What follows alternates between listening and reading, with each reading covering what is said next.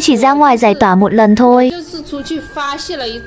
Tôi nói cho cô biết, nếu tôi biết đứa bé này không phải con của anh ấy, cô nghĩ tôi sẽ nói ra những lời như vậy sao? Có đánh chết tôi cũng không nói, phải không? Tôi vẫn luôn nghĩ con bé là của anh ấy. Tôi nói thật, anh shipper 44 tuổi vui mừng đi bước nữa. Năm thứ 2 sau khi cưới, anh lại có thêm tin vui khi chào đón một cô con gái quý.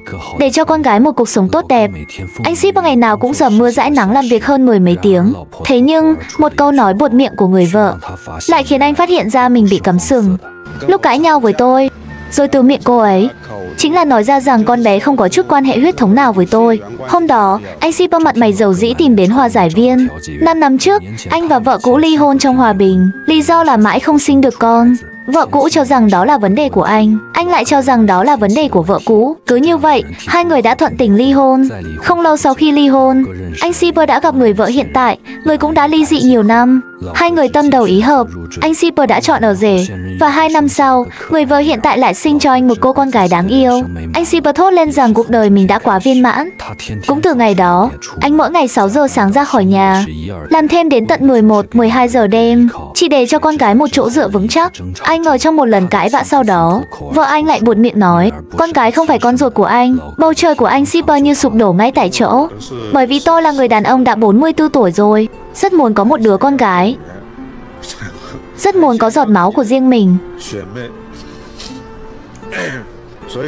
Cho nên tôi cảm thấy cứ như là ông trời bất công với tôi vậy. Chính là bản thân tôi đã bỏ ra tất cả chân thành, đối xử thật lòng đến như vậy. Tinh thần suy sụp, anh shipper đã ở nhà uất mấy ngày liền. Cuối cùng, bạn bè khuyên anh cứ đi làm giám định ADN trước đi. Biết đâu vợ anh chỉ nói trong lúc tức giận thôi. Nghe vậy, trong mắt anh lại lóe lên tia hy vọng. Anh lập tức đi làm giám định ADN. Hy vọng đó là lời nói trong lúc vợ tức giận. Thế nhưng, thực tế đã cho anh một cái tát trời giáng. Trong điều kiện đã loại trừ các yếu tố như song sinh cùng trứng. Dựa trên kết quả phân tích, kết quả loại trừ khả năng anh không phải là cha ruột của đứa bé. Vâng, 4 năm chân thành bị lừa dối. Anh shipper tức giận đi tìm vợ để nói cho ra lẽ. Hôm đó, người vợ có mời bạn bè đến nhà chơi. Cô đang bận rộn xào nấu trong bếp. Thấy chồng về, người phụ nữ tỏ ra vô cùng bình thản. Chị xem tờ giấy trên tay anh ấy. Tờ kết quả giám định này là sao vậy? Tôi cũng không biết nữa. Chị không biết à? Vâng. Chẳng lẽ chị không biết đứa bé không phải của anh ấy sao? Là của anh ấy mà. Anh shipper không ngờ vợ mình đối mặt với kết quả giám định mà vẫn không chịu thừa nhận. Anh lập tức phản bác lại lời của vợ. Kết quả là bị vợ chụp cho một cái mũ cha nam gã đàn ông tồi. Sau đó, người phụ nữ còn lớn tiếng nói, chắc chắn là do anh không muốn đứa con này nữa, nên mới làm giả kết quả giám định ADN. Là cô ấy đã đích thân nói với tôi. Chính là vào năm ngoái, lúc chúng tôi nói với anh khi nào? Trong lúc cãi nhau vào năm ngoái. Chính miệng cô đã nói với tôi. Nó không có chút quan hệ huyết thống nào với tôi cả. Tôi không nói, tôi chưa từng nói thế. Đứa bé này là của anh mà. Cô ấy nói, anh ở nhà trông con cũng được thôi. Cô ấy nói, tôi không thèm. Dù sao anh trông thì cứ trông. Nó không có chút quan hệ huyết thống nào với anh cả. Tôi có nói không? Tôi đã nói chưa? Nói rồi. Tôi nói rồi à? Cô chưa nói sao? Bản thân anh không muốn có con thì đừng có đổ lỗi cho tôi như vậy. Cô có dám tại đây ngay bây giờ thề với trời không? Tôi chỉ ra ngoài giải tỏa một lần thôi. Tôi nói cho cô biết, nếu tôi biết đứa bé này là của người khác, cô nghĩ tôi sẽ nói ra những lời như vậy sao? Có đánh chết tôi cũng không nói, phải không? Tôi vẫn luôn nghĩ là của anh ấy. Tôi nói thật, tôi cũng không thể ngờ chuyện này lại xảy ra. Vậy lúc đó cãi nhau, chị chỉ là nói trong lúc tức giận, nói rằng con bé không có quan hệ gì. Đúng vậy, bởi vì tôi nói cho cô biết, trong lòng tôi 100% tin rằng con là của anh ấy. Lần trước sau khi cãi nhau với chồng, cô ấy đã thu dọn hành lý đến Hà Nam, nói là đi tìm cha ruột của con gái mình. Anh shipper cho biết, bây giờ trong điện thoại của vợ anh vẫn còn video cô ấy yêu cầu con gái gọi người đàn ông kia là bố. Cô ấy chính là bảo con gái tôi gọi người kia là cha. Cũng là do vợ tôi tự nói ra như vậy. Cho nên anh mới nghi ngờ tất cả chuyện này đều là âm mưu của cô ấy. Đúng vậy, chị không thể tự dưng bảo con gái mình gọi người đàn ông khác là cha được. Bản thân mình có khuất tất bên ngoài. Cô không dám nói tôi có khuất tất. Cô không có sao? Không có. Vậy tại sao đứa bé này lại không phải của tôi? Tôi cũng không biết nữa. Hai người cãi nhau nảy lửa. Sau khi họ bình tĩnh lại, hòa giải viên đã tìm người phụ nữ và hỏi một cách rất tế nhị, trong khoảng thời gian chị mang thai, có phải đã xảy ra chuyện nhỏ gì đó không? Người phụ nữ suy nghĩ một lúc rồi bừng tỉnh rằng năm đó mình của thực đã đi tìm người khác.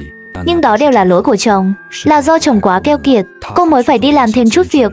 Sau khi kết hôn, cô không có việc làm, chỉ có thể ngày ngày xin tiền tiêu vặt từ chồng. Điều khiến cô tức giận là chồng cô lại còn ghi sổ, ghi lại danh mạch từng khoản chi tiêu trong nhà. Điều này khiến người phụ nữ cảm thấy anh shipper vô cùng buồn xỉn. Cô cho rằng sống với một người chồng như vậy thật vô vị, thế là đã đi làm thêm để tìm người khác. Bởi vì khả năng mang thai chỉ sau một lần là rất thấp, nên người phụ nữ chưa bao giờ nghi ngờ đứa bé không phải con ruột. Sau đó, chị gái của người phụ nữ nghe tin liền chạy đến.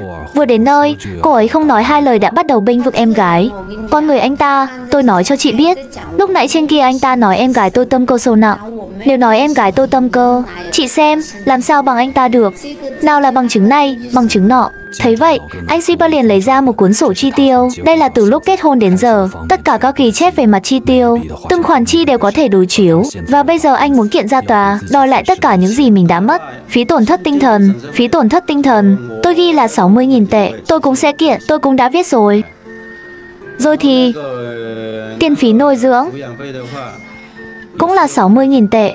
Vậy là cộng lại anh cần bồi thường 120.000 tệ. Đúng, rồi.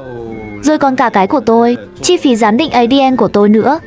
Trời ơi, tôi thật sự khâm phục cái đầu của anh đấy. Tôi cũng phải nể anh luôn. Mặc dù trên miệng chỉ nói là 120.000 tệ, nhưng trong đơn kiện, anh shipper lại yêu cầu đến 500.000 tệ. Nghe đến con số này, người phụ nữ không thể ngồi yên được nữa. Cô hét lên tại sao, cứ nắm chặt sai lầm của cô không buông. Không thể rộng lượng một chút sao? Tôi nói là có thể hòa giải thì nên hòa giải. Anh nói xem, đưa ra tòa. Tầm này phải ra tòa thôi. Anh lấy nhiều tiền như vậy đi kiện tụng. Anh nói xem có. Còn không bằng lấy thêm vài chục ngàn tệ. Bản thân mình nhận được còn tốt hơn, phải không? Hai người cãi qua cãi lại, không ai nhường ai. Chồng mắng vợ không đi làm, vợ mắng chồng là kẻ vô ơn. Tuy nhiên, dù cãi nhau nảy lửa, nhưng người phụ nữ không còn phủ nhận chuyện ngoại tình nữa. Cô cho biết không mong được tha thứ, nhưng chồng cũng đừng được đằng chân lân đằng đầu. Bồi thường một cách chân thành là được rồi. Ở cuối video, anh shipper cho biết sẽ đi theo thủ tục pháp lý. Tòa án cho rằng anh nên nhận được bao nhiêu tiền bồi thường thì anh sẽ nhận bấy nhiêu. Nhưng dù vậy, anh vẫn rất không nỡ xa con gái. Người sai là vợ anh, còn con gái là vô tội. Nhưng sự phản bội của người vợ đã để lại một vết thương lòng khó phai, khiến anh mỗi khi đối diện với con gái, lòng lại đau nhói. Cuối cùng cũng chỉ có thể chọn cách ra đi. Con gái với tôi là do tôi nuôi nấng từ khi mới sinh. Tên cũng là do tôi đặt cho con. Cho nên mỗi khi nhắc đến con gái, tôi lại rất đau lòng. Cho nên đây cũng là lý do mà tôi chọn cách rời khỏi gia đình này. Là một suy nghĩ trong lòng tôi. Bây giờ anh còn gọi điện cho con gái không? Còn nhớ con bé không? Trong lòng thực sự rất nhớ con bé. Nhưng sau khi tôi khởi kiện, có 2 lần tôi gọi video, vợ tôi đều không nghe máy. Có lẽ đây cũng là trừng phạt mà cô ấy dành cho tôi. Và như vậy, câu chuyện của người shipper 44 tuổi đã khép lại, để lại cho chúng ta một khoảng lặng đầy suy ngẫm. Nỗi đau của anh không chỉ đến từ sự phản bội, mà có lẽ còn sâu sắc hơn là sự đổ vỡ của một giấc mơ. Giấc mơ về một gia đình trọn vẹn, về tình phụ tử mà anh đã dành trọn cả trái tim và sức lực để vun đắp. Câu chuyện này đặt ra một câu hỏi lớn, một câu hỏi mà có lẽ không có câu trả lời nào là tuyệt đối. Tình cảm gia đình được định nghĩa bằng huyết thống hay bằng sự yêu thương, chăm sóc và hy sinh? Từng giọt mồ hôi anh đổ xuống trên những chặng đường mưu sinh, từng giờ làm việc vất vả đến khuya, tất cả đều vì một tình yêu thương thuần khiết dành cho đứa trẻ mà anh ngỡ là con mình. Tình yêu đó là thật, nỗi đau đó cũng là thật. Cuộc đời vốn dĩ có những ngã rẽ không ngờ, những phút giây mà sự ngô nghê, tin tưởng của chúng ta bị thử thách, đôi khi khiến ta như lạc lối giữa những cảm xúc hỗn độn. Đó cũng chính là tinh thần của kênh Lạc Lạc, nơi chúng ta cùng nhau khám phá những mảnh đời, những câu chuyện thật với đủ mọi cung bậc cảm xúc, không phải để phán xét, mà để thấu hiểu và chiêm nghiệm về chính cuộc sống của mình. Và cuối cùng, các bạn có những suy nghĩ gì về câu chuyện trên? Hãy để lại những ý kiến của mình ở phần bình luận. Nếu thấy video hay, hãy cho mình xin một like và một đăng ký kênh nha. Và mình là Lạc Lạc, hẹn gặp lại mọi người kỳ sau.